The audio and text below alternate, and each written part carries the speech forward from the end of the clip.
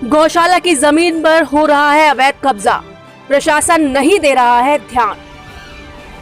पिंजरापोल गौशाला जयपुर की दौसा शाखा के पास करीब 20 वर्ष पूर्व तक जहां हजारों बीघा से ऊपर जमीन हुआ करती थी, जो वर्तमान में सिमटकर मात्र सैकड़ों बीघा में ही रह गई है और अब भी लगातार इस पर कब्जे होते जा रहे हैं।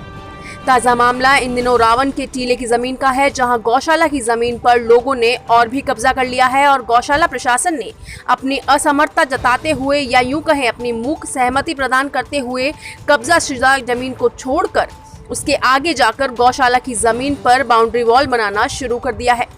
सीधे शब्दों में इस बात को यूं भी कहा जा सकता है कि गौशाला प्रशासन की मिलीभगत से हो रहा है यह सारा खेल। जहां गायों को चारागाह के लिए लोगों ने दान करके जमीन दी, उन्हें अब गौशाला प्रशासन येन केन प्रकारेण कब्जा करवाने में तुला है। जब उनसे इस बारे में पूछा गया तो अपनी असमर्थता जताते हुए मामला कोर्ट में विचाराधीन बताया जा रहा है। इसी की आड़ लेकर यहाँ के जिम्मेदार बची हुई जमीन को भी खुर्द-बुर्द करने में लगे हुए हैं। इस मामले को लेकर कुछ लोगों ने जिला कलेक्टर से मिलकर गौशाला प्रशासन की मिलीभगत व हठधर्मिता के बारे में बताया है। कुल मिलाकर अगर इस जमीन की सच्चाई और ईमानदारी से जांच की जाए तो आज कई सैकड़ों बीघा जमीन भूमाफियाओं के पास अवैध कब्जा करके हुई साबित हो सकती है। लेकिन साहब, गौशाला की जमीन है। मामला कुछ इस प्रकार प्रतीत होता है कि गाय तो यहाँ आकर बोलेगी नहीं और जिम्मेदार आगे अपना मुंह खोलेंगे नहीं। अब देखने वाली बात यह होगी कि क्या खबर चलने के बाद भी जिला प्रशासन व गौशाला प्रशासन कुछ करता है या असहाय और निरीह माने जाने वाली गौमाता के हक की जमीन ऐसे ही खुर्द-बुर्द होकर वहीं ढाक के तीन पात नजर आएंगे। दौसा से हेमंत की शर्मा की रिपोर्ट। उसमें सब ने जेसीबी चला रखी है साहब ने, और जो मिली भगत है इनकी सबकी, जो सब अपना अपना काम कर रहे हैं और मेरी सुनने वाला कोई नहीं है।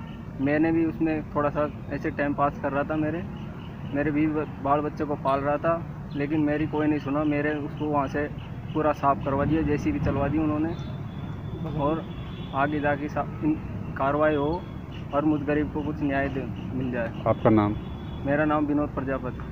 समस्या है सुबह में तो 8 बजे हॉस्पिटल में चलेगी, और अब ये काल का रात में डेरा डाल लिया, यहाँ का तो रह गया, और हमारे 5-6 साल सोचे जैसे भी सुबह कर दिया, साफ कर दिया। किसने किया साहब? ये गौशाला का ना। अच्छा, ये इनको किस तरह से छोड़ा? काय कर रही है भेदभाव, यहाँ काय कराम ना आत्मा काय। तो गौशाला ने इनसे कोई पैसे वैसे की कोई डिमांड की क्या? तो पैसा लिया चाहे कहीं यहाँ छोड़ रही चाहिए। क्या क्या नाम है जिन्होंने अभी रात को आए हैं? जो चंडी और कहीं नाम चाहिए यहाँ को, कहीं नाम चाहिए। चलो, आपका नाम बताओ क्या है? मुन्नी। सबन हम पैसा ले खा रहा है, हम गरीबन कोई सुन हो रही है, बाढ़ में सबन को उठा दी और कब्जा कर रहा है जोर से। ये मेरा जो हमारा हम रोक रहा गया तो उनको उठा दिया सबन। जिनको पैसा वाला थे जिनको दे दिया, जिनको मकान जिनको सबन को दे दिए। अब हम कहीं करेंगे, हम तो हमारे बाढ़ कहीं टाइम पास करा। अब हमारे 2-3 बाढ़ जगह रहते। कलेक्टर साहब ने क्या आश्वासन दिया आपको? ठीक है साहब, कर देंगे। कलेक्टर साहब ने क्या आश्वासन दिया? हम एप्लीकेशन दे के आए थे कलेक्टर साहब को, लेके आए थे और उन्होंने कहा ठीक है चलो कोई आगे करेंगे कार्रवाई, और कुछ नहीं कहा। आपका नाम? मंजू देवी।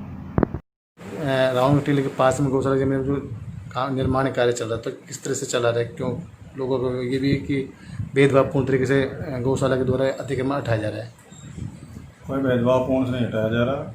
जहाँ पे ज़मीन खाली है उस पर बाउंड्री बनाई जा रही, तारबंदी करेंगे, उस पर तारबंदी करके उस पर हमारे कब्जे मिलेंगे। जो खुली पड़ी ज़मीन है उसके लिए हमने बाउंड्री वाल करके तार मैचिंग का कार्य करेंगे। तो और लोगों में पहले कब्जा हटाना चाहिए था, उसके बाद में बाउंड्री करानी चाहिए थी ना?